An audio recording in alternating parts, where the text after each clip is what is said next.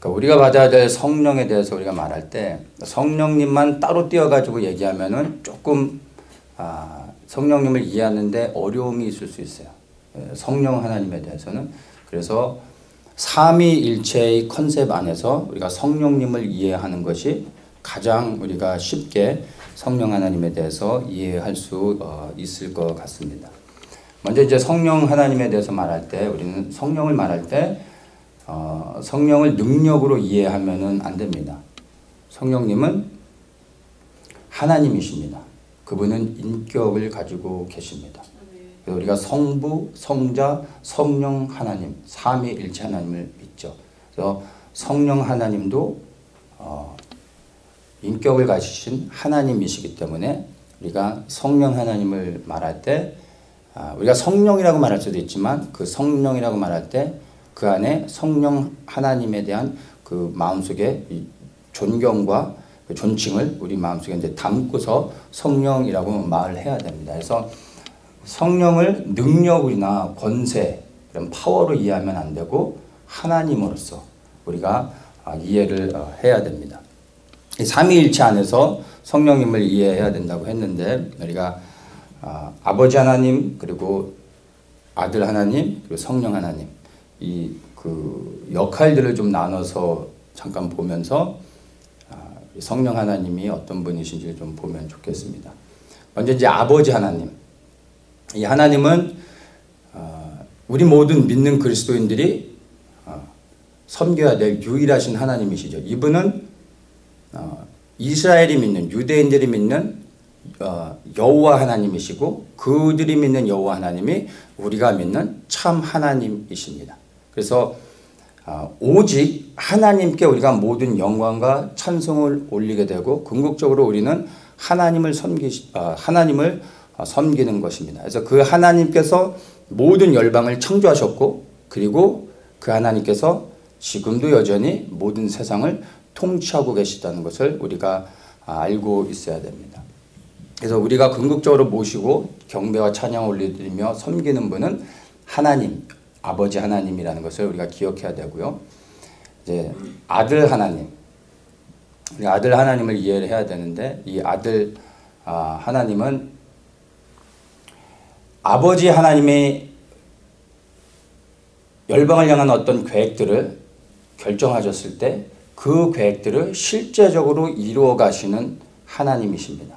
하나님께서 세상을 창조하시기로 결정하시고 가만히 계신 게 아니라 어떻게 하셨죠? 가라사대 빛이 있으라 했더니 빛이 있었습니다. 하나님께서 세상을 창조하기로 결정하셨을 때 세상이 창조되어진 것이 아니라 말씀하실 때 비로소 창조가 되어집니다. 그래서 하나님이 말씀하시되 빛이 있으라 했더니 빛이 있게 됐습니다. 말씀하셨기 때문에 빛이 생기게 된 것입니다. 그래서 말이고 생명이고 그 영이죠. 근데 말씀하실 때 비로소 세상의 모든 것이 창조가 되어졌는데 이 말씀이 육신이 되어서 오신 분이 예수 그리스도이십니다. 그래서 하나님께서 모든 것을 계획하시고 그 계획을 실제적으로 이루어 가시는 분은 바로 아들 하나님 예수 그리스도이십니다. 그래서 그분이 하나님의 뜻을 이루기 위해서 육신을 입고 이 땅에 오신 것입니다.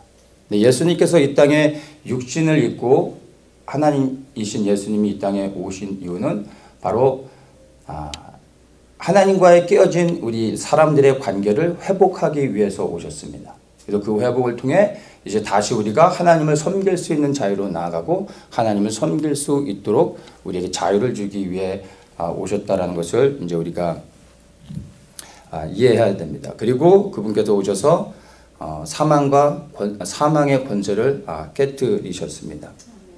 오직 우리가 예수 그리스도를 통해서 이제 아버지 하나님께 나아갈 수 있는 은혜를 입게 됐습니다. 그래서 예수의 피를 힘입어 성소에 들어갈 담력을 얻게 됐다고 히브리서 기자가 말하고 있는데 이 말의 의미가 예수 그리스도를 통하여 우리가 하나님께 나아갈 수 있게 됐다는 얘기죠.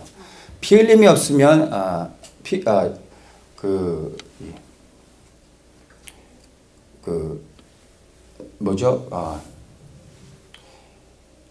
피 흘림이 없으면 죄사함이 없다라고 말씀하고 있죠. 인간의 문제가 죄를 지었는데 이 죄를 해결할 수 있는 방법은 피를 흘림으로 인하여 그 죄를 해결해야 되는 것입니다. 그런데 아무의 피가 아니라 죄가 없으신 분의 피가 흘려져야 죄사함을 받을 수 있는데 문제는 이 땅에 있는 모든 사람들이 다 죄를 졌기 때문에 죄를 진 인간의 피로는 그 죄사함을 받을 수가 없는 것입니다. 그래서 구약시대에도 희생제물을 드릴 때 그 희생제물로 드려지는 양을 드리기 전에 모든 것을 살피죠. 조그만 흠이 보여도요 제물로 드릴 수 없어서 제사장이 돌아가게 합니다. 완전해야 됩니다. 조금의 흠도 없어야 제물로 드릴 수 있는 그 희생제물을 받게 되는 것입니다. 근데 예수 그리스도께서 죄가 없으신 육신으로 또 이 땅에 오셨죠. 인간의 씨를 통해서 태어나셨다면 죄가 있게 됩니다. 그러면 우리의 죄를 대신 사하실 수가 없게 되죠. 그래서 죄 있는 인간의 씨로 오시지 아니하고 누구를 통해 잉태되십니까? 여자의 몸을 빌리셨지만 성령으로 잉태되셨기 때문에 그분은 죄가 없으신 것입니다. 그래서 흠이 없으신 예수 그리스도께서 이 땅에 오셔서 하나님의 뜻을 이루시는 것이죠. 그래서 예수님께서 그렇게 오셨을 때 여기에서 이제 성령님의 역할도 나타나는데 죄 없으신 예수 그리스도께서 인간의 몸을 빌려서 이 땅에 육신으로 태어나실 수 있도록 성령 하나님께서 그 마리아의 몸속에 예수 그리스도께서 잉태될 수 있도록 역사하셨습니다. 그러니까 하나님이 계획하시고 예수 그리스도께서 순종하여 그 뜻을 이루어 가시고 성령 하나님께서는 그리스도께서 그 하나님의 뜻에 순종하여 모든 계획들을 이루어 가실 수 있도록 능력으로 역사하며 도우시는 것입니다. 그래서 이 삼위일체 하나님이 함께 연합해서 하나님의 일들을 감당하게 되는 것을 봅니다. 그래서 예수 그리스도께서는 아버지의 뜻을 이루기 위해서 이 땅에 오셨는데 요한복음 14장 말씀을 한번 좀 보겠습니다. 요한복음 14장 8절부터 제가 10절까지 한번 읽겠습니다. 빌립이 가로되 주여 아버지를 우리에게 보여주옵소서 그리하면 족하겠나이다. 예수께서 가라사대 빌립아 내가 이렇게 오래 너희와 함께 있으되 내가 나를 알지 못하느냐? 나를 본 자는 아버지를 보았거늘 어찌하여 아버지를 보이라 하느냐? 나는 아버지 안에 있고 아버지는 내 안에 계신 것을 내가 믿지 아니하느냐? 내가 너희에게 이르는 말이 스스로 하는 것이 아니라 아버지께서 내 안에 계셔서 그의 일을 하시는 것이라. 자, 이 말씀들을 보면은 빌립이 이제 아버지 하나님을 보길 원합니다. 그때 예수님께서 하신 말씀이 나를 보았으면 아버지를 본 것이다 라고 말씀하고 계세요. 이 말씀의 의미는 예수 그리스도께 경배를 드리면 그게 곧 하나님 아버지께 경배를 드리는 것과 동일하다는 의미입니다. 예수 그리스도를 섬김으로 인하여 우리는 하나님을 섬기는 것입니다. 그래서 그리스도의 역할은 궁극적으로 그리스도를 통하여 하나님 아버지께 나아갈 수 있는 다리 역할을 하시는 겁니다. 우리는 죄로 인하여 하나님과 분리되어졌죠. 그 분리된 관계를 그리스도께서 오셔서 죄값을 치르심으로 인하여 하나님과의 깨어진 관계를 회복하셨습니다. 그래서 우리가 이제 하나님 앞에 직접 나아갈 수 있는 은혜를 입었는데 우리 스스로 나아가는 것이 아니라 그리스도를 통하여 하나님 앞에 나아가는 것입니다. 오직 그리스도를 통하여 하나님 앞에 나아갈 수 있게 된 것입니다. 그래서 예수 그리스도를 우리가 섬길 때 예수 그리스도를 섬기는 것이 곧 하나님을 섬기는 것입니다. 그러니까 우리가 믿는 하나님과 유대인이 믿는 하나님이 동일함에도 불구하고 유대인들은 지금 하나님을 믿는데 구원을 받지 못하고 우리는 구원을 받았습니다. 그리고 구원을 이루어가고 있습니다. 다른 것이 무엇이냐면 구약시대에는 율법을 통해서 하나님을 만나고 하나님을 알아가며 하나님 앞에 나아갈 수 있게 되었습니다. 그리고 1년에 한 번 드려지는 그 희생제사를 통해서 하나님께 나아가게 됐습니다. 그런데 예수 그리스도께서 오심으로 인하여 율법을 폐하신 것이 아니라 율법을 완성하셨습니다. 이제 율법을 통하여 하나님 앞에 나아가는 것이 아니라 율법을 지킴으로 나아가는 것이 아니라 그리스도를 믿음으로 하나님 앞에 나아갈 수 있게 되어진 것입니다. 근데 유대인들은 여전히 율법을 통해서 하나님을 앞에 나아가려고 하고 있던 거예요. 그것은 구약시대에 임시적으로 하나님 앞에 나아갈 수 있는 길을 열어주셨던 것입니다. 그런데 그리스도께서 오심으로 인하여 율법을 완성하셨습니다. 이제는 오직 그리스도를 통하여서만 아버지 하나님께 나아갈 수 있는 것입니다. 근데 유대인들은 여전히 율법을 붙잡고 있는 것이죠. 그래서 동일한 하나님을 믿고 있음에도 불구하고 유대인들은 하나님께 나아갈 수 있는 길이 끊겨진 것입니다. 오직 예수 그리스도를 통하여서만 아버지 하나님께 나아갈 수 있는데 그리스도께서 우리에게 죄사함을 주셨다고 해서 그리스도 없이 우리가 직접 하나님께 나아가는 게 아니라 오직 그리스도를 통하여서 하나님께 나아갈 수 있다는 것을 우리가 기억을 해야 됩니다. 그래서 예수 그리스도 없이는 우리가 아무것도 할 수 없는데 이 본문에서 보면은 예수님이 이렇게 이제 나를 보면 아버지를 본 것이다. 이 말의 의미는 제가 말씀드린 것처럼 이제 그리스도를 섬기고 그리스도를 믿고 그리스도를께 영광을 돌리면 그게 곧 하나님을 섬기는 것하고 동일한 것입니다. 그렇게 이제 말씀하시면서 이제 그 13절에 보면 너희가 내 이름으로 무엇을 구하든지 내가 시행하리니 이는 아버지로 하여금 아들을 인하여 영광을 얻으시게 하려 함이라. 내 이름으로 무엇이든지 내게 구하면 내가 시행하리라. 여기에서 처음으로 예수님께서 제자들에게 이제 내 이름으로 구해라. 그러면 내가 시행하겠다라고 말씀하시는 거예요. 그래서 예수 그리스도의 이름으로 우리가 구하고 예수 그리스도의 이름을 통하여 우리가 하나님 앞에 나아갈 수 있게 된 것입니다. 그래서 오직 우리는 예수 그리스도를 통하여서 예수 그리스도에 인하여서 예수 그리스도와 함께 하나님 앞에 나아갈 수 있게 됐다는 것을 우리가 기억해야 됩니다. 그래서 예수 그리스도가 없이는 아무것도 우리는 할 수 없는 존재들이요 하나님 앞에 나아갈 수 없다는 것을 기억해야 됩니다. 그래서 사람들이 가끔 이제 질문들을 하시는데요.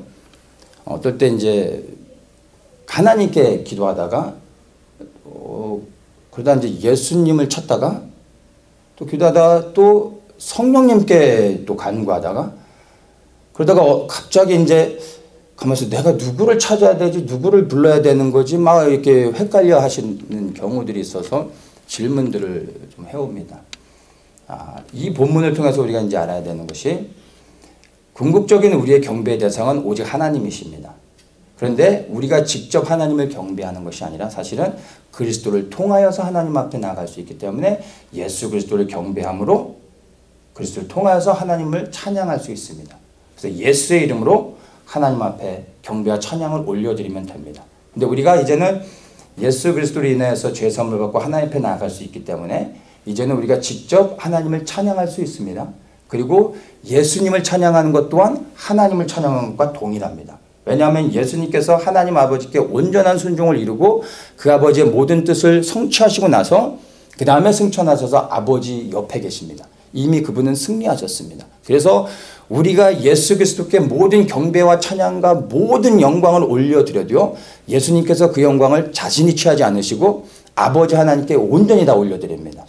그래서 우리가 예수님만 높여도요 그 모든 영광을 예수님이 아버지께 올립니다. 그러나 우리가 예수님을 높인다 할지라도 반드시 머릿속에서 기억해야 되는 것이 예수 그리스도를 경배하고 찬양하지만 그 모든 영광은 아버지께 간다는 것.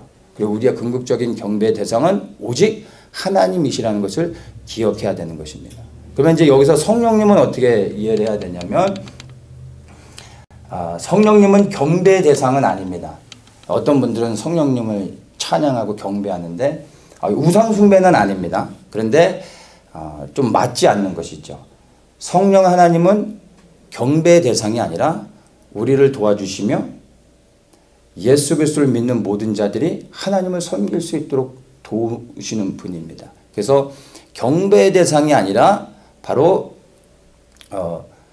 우리가 존중하고 그리고 우리가 순종해야 될 그러한 인격이신 하나님으로 우리가 이해를 해야 됩니다. 그래서 우리가 성령 하나님께 경배와 영광과 찬송을 올려드리면 성령 하나님이 불편해하세요. 그분은 경배의 대상이 아니고 그런 영광을 받는 걸 원치 않으세요.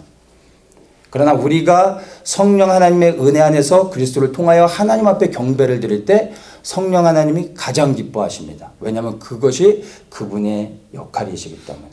그래서 성령님을 경배하지 마시고 성령 하나님을 통하여 예수 그리스도 그러니까 성령 하나님의 은혜 안에서 예수 그리스도를 통하여 하나님 앞에 경배와 찬송을 올려드리면 되는 것입니다.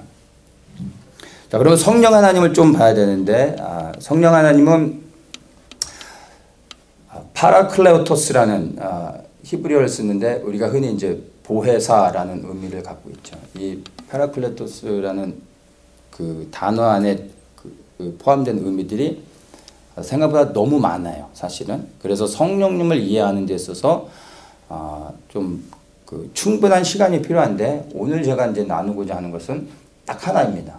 그러니까 헬퍼, 돕는 자로서의 성령 하나님을 이해하는 게 가장 중요합니다. 그래서 성령 하나님은 우리를 돕는 자입니다. 말씀드린 것처럼 예수를 그리스도로 그리고 주인으로 삼은 사람들이 그리스도를 섬겨갈 수 있도록, 그리스도를 통하여 하나님을 경배하며 섬겨갈 수 있도록 실제적으로 우리 안에 오셔서 도와주시는 분이 성령 하나님의 역할이라는 것을 이제 우리가 이해해야 됩니다. 그래서 보다 더 구체적으로 얘기하면은 성령 하나님이 우리 안에 오셔서 예수가 그리스도임을 고백하고 믿게 하며 그 믿음을 지켜가게 하실 뿐만 아니라 우리 안에서 그 믿음을 따라 그리스도를 섬겨갈 수 있는 은혜와 능력과 권세를 우리 가운데 부어주시는 분이십니다. 그리고 최종적으로는 성령 하나님께서 바로 우리를 하나님께로 인도해 주시는 가이드가 되시는 것입니다. 그래서 성령 하나님 없이는 우리가 결단코 예수를 믿는 그 시작은 할 수 있지만 끝내 주님 앞에 서서 우리가 그렇게 원하는 천국에 들어가는 그 마지막 여정까지는 성령 하나님의 도우심 없이는 결코 그 여정을 마칠 수 없다는 것을 우리가 기억을 해야 됩니다. 그래서 예수님께서 떠나시기 전에 제자들에게 말씀하셨던 것이 요한복음 이제 16장 7절에 보면 내가 너희에게 실상을 말하노니 내가 떠나가는 것이 너희에게 유익이라 내가 떠나가지 아니하면 보혜사가 너희에게로 오시지 아니할 것이요 가면 내가 그를 너희에게로 보내리니 이렇게 말씀하시는데 내가 떠나가는 것이 너희에게 유익이라 그리고 내가 가면 그를 너희에게로 보낼 것이다 말씀하고 있어요. 내가 떠나가는 것이 너희에게 유익이라고 말씀하십니다. 그리고 승천하시고 나면 반드시 성령 하나님을 보혜사 성령님을 보내주시겠다고 약속하고 있는데 왜 예수님이 떠나는 게 유익일까요? 예수님이 실제적으로 육신을 입고 이 땅에 볼 수 있는 그리고 만질 수 있고 들을 수 있고 대화할 수 있는 실질적인 하나님으로 이 땅에 오신 것이 더 유익 아닙니까? 그리고 여전히 그 아들 하나님 예수님께서 여전히 이 땅에 살아가고 계신다면 우리가 예수님을 더 잘 믿을 수 있지 않을까요? 근데 내가 떠나가는 것이 유익이라고 말씀하셨습니다. 그 말의 의미들을 우리가 이제 이해해야 되는데 예수님께서 여전히 육신을 입고 지금 이 시간에도 이 땅에서 살아가고 계시다고 했을 때 제가 이제 예수님을 만났습니다. 예수님께서 우리 교회에 오셨어요. 방문하셨어요. 그래서 제가 예수님과 1대1로 교제를 나누며 예수님과 상담하고 있어요. 자, 그러면 제가 1시간, 2시간 갖고 될까요? 저는 예수님을 할 수 있는 대로 오랫동안 예수님과 교제 나누고 싶겠죠. 그 제 뒤에는 우리 성도님들이 줄을 쫙 쓸 거 아니에요? 예수님 만나고 싶으실 거 아니에요? 그러면 제가 5시간을 만났어요. 예를 들어서. 그 다음에 2번 순서가 와서 이제 예수님을 만납니다. 뭐 5시간을 또 만났어요. 자, 그러면은, 이 줄이 어디까지 가 있을까요? 예수님이 우리 교회 오셨다는 게 소문이 나면 이제 뭐 플루톤의 모든 크리스찬들이 다 오겠죠. 뭐 애나임에 베너팍에 뭐 LA에서도 다 오겠죠. 그리고 이제 캘리포니아 뭐 비행기 타고 또 저기저기서 다 올 거 아니에요. 그러면 이 예수님을 1대1로 만나기 위해서 줄을 섰는데 어떤 사람은 일평생 줄 서서 기다리다가 예수님을 끝내는 만나지 못하고 육신의 힘이 다해서 죽게 될 겁니다. 그렇죠? 그러면 예수님이 오셨음에도 불구하고 예수님을 만나지 못하는 안타까운 일들이 벌어집니다. 예수님께서 육신으로 오셨으면 여기서 우리를 만나 주실 때 애너하임에서 예수님을 찾으면 예수님이 어찌할 수가 없어요. 우리가 예수님 붙잡고 있으면 예수님이 애너하임에서 예수님을 찾는 사람들을 도와주실 수가 없는 거예요. 육신을 입고 오신 예수님의 한계입니다. 예수님의 능력이 부족해서가 아니라 육신을 입고 오셨기 때문에. 그래서 예수님께서 이 땅에 오신 궁극적인 그 첫 번째 목적을 다 성취하시고 나서 이제 하나님께 가셨습니다. 그리고 보혜사를 보내주셨는데 이 보혜사의 역할이 무엇이냐면 바로 예수를 믿는 모든 자 안에 성령 하나님을 보내주시는 것입니다. 근데 그 성령 하나님이 믿는 모든 사람들 마음속에 임하시는 거예요. 그러면 플루톤에서, 애나임에서, LA에서 동시에 모든 사람들이 예수님을 찾건 하나님을 찾건 아니면 성령님의 도움을 구하건 우리가 예수 그리스도의 이름을 부르는 그 순간 성령 하나님께서 모든 사람들의 마음 가운데, 상황 가운데, 형편 가운데 임하시며 함께 하시고 우리를 지켜주시고 우리의 문제를 해결해 주시고 우리를 위로해 주시고 우리와 함께 하시며 우리의 삶을 인도하시되 영원토록 하나님 앞에 서는 그 순간까지 떠나지 아니하시고 우리와 함께 해주시는 것입니다. 그래서 줄 서서 기다릴 필요가 없습니다. 즉시로 그리스도의 이름을 부르는 순간 성령 하나님께서 우리를 만나 주시는 것입니다. 그래서 예수님이 떠나신 것이 너무나 감사한 것이에요. 예수님이 필요 없어서가 아니라 바로 약속하신 보혜사 성령님을 우리에게 보내주셨기 때문입니다. 그래서 우리 성령 하나님이 오셔서 하나님의 모든 깊은 것까지 통달하시는 성령 하나님이 우리 안에 오셔서 하나님 안에 있는 것들을 우리에게 나눠주십니다. 그리고 우리는 그 성령 하나님의 인도하심을 통하여 하나님의 마음을 알고 이제 하나님의 부르신 가운데 순종하며 나아갈 수 있게 되는 것입니다. 그래서 성령 하나님을 우리가 구하고 성령 하나님의 충만함을 받는 것은 선택이 아니라 이거는 필수인 것입니다. 성령 없이는 우리가 결탄코 하나님 앞에 나아갈 수 없다는 것을 우리가 이해해야 되는 것입니다. 그래서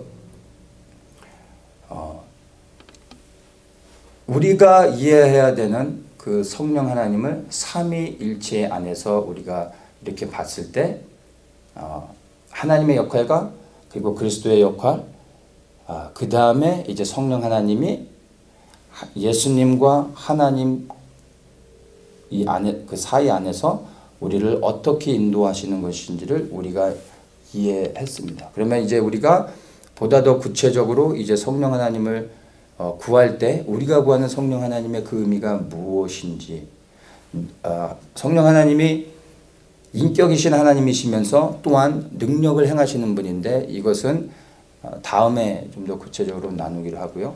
이제 우리가 성령을 구해야 되는 것도 알게 됐고, 그리고 우리가 구할 성령 하나님이 능력인지 아니면 우리 안에 인격적으로 오셔서 우리 안에 임재하시고 우리를 통치하시고 다스리시는 분인지 무엇을 먼저 우리가 구해야 되는지를 분별할 수 있게 되는 것입니다. 그래서 오늘 이 밤에 우리가 성령 하나님의 도우심을 구하며 나아갈 때 우리 안에 능력으로 임하시는 분이 아니라 인격으로 오신 그 성령 하나님, 그래서 그 성령 하나님이 우리 안에 임하심으로 우리 안에 하나님의 마음을 일으키시고, 그리고 예수 그리스도의 그 이름으로 부르짖으며 기도할 때 성령 하나님의 역사하심을 통하여 하나님의 일을 성취하시고 실행하실 것들을 소망하는 가운데 우리가 함께 부르짖으며 나아갔으면 좋겠습니다.